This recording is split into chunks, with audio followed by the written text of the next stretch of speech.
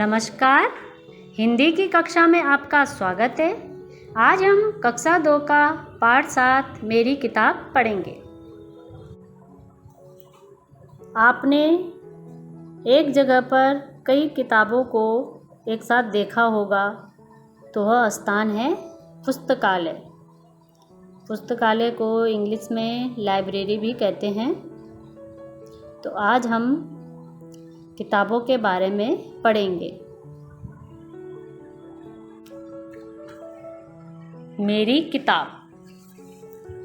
माँ ने वीरू को एक संदेश देकर अपनी बहन के पास भेजा। मौसी ने प्यार से वीरू को अंदर बुलाया और वीरू की माँ ने एक बार उसको अपनी बहन के पास एक पत्र के साथ भेजा। तो वो जब अपनी मौसी के घर गई तो उनकी मौसी ने उनको अंदर बुलाया और बैठक में ले गई। बैठक में कदम रखते ही वीरू अचरज से ठिठक गई। अचरज यानी आश्चर्य में पड़ गई। उसने सोचा, बाप रे, इतनी सारी किताबें। उसने देखा वहाँ पे जो बैठक था वहाँ पे बहुत सारी किताबें रखी हुई थी। वहाँ नीचे से ऊपर तक किताबों से भरे खानों वाली 2 लंबी दीवारें थी। तो वहाँ पे 2 लंबी दीवारें थी, तो उनको देख रही थी। वो आंखें फाड़े देखती रही।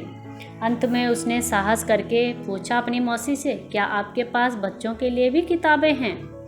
तो मौसी ने कहा, हाँ, यह देखो, यह वाला खाना और यह वाला खाना।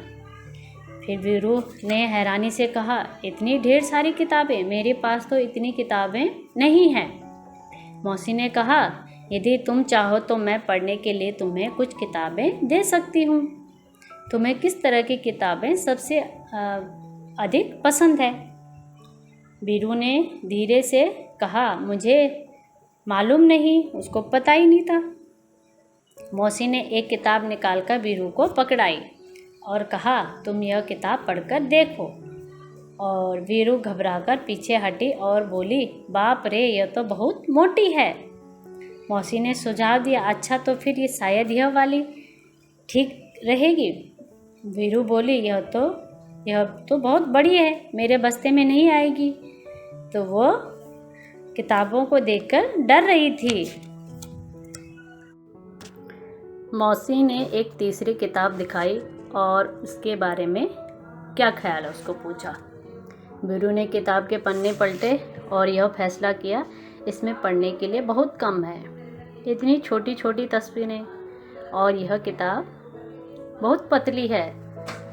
मौसी ने कहा, वीरू, मुझे तो लगता है कि मैं तुम्हारे लिए एक किताब नहीं चुन सकती, एक भी किताब नहीं चुन सकती। ऐसा करना, अगली बार जब तुम आओ तो अपने साथ एक फुट्टा लेती आना। फुट्टा कहते हैं फीता को, इंची टेप। वीरू ने पूछा, फुट्टा क्यों? मौसी ने हंसकर कहा, तुम्हें जितनी मोटी किताब चाहिए तुम नाप कर ले लेना, ठीक है ना? और वीरू ने माँ के भेजे हुए कागज को मेज पर रखा और भाग गई। वहाँ से अपने घर चली गई। धन्यवाद।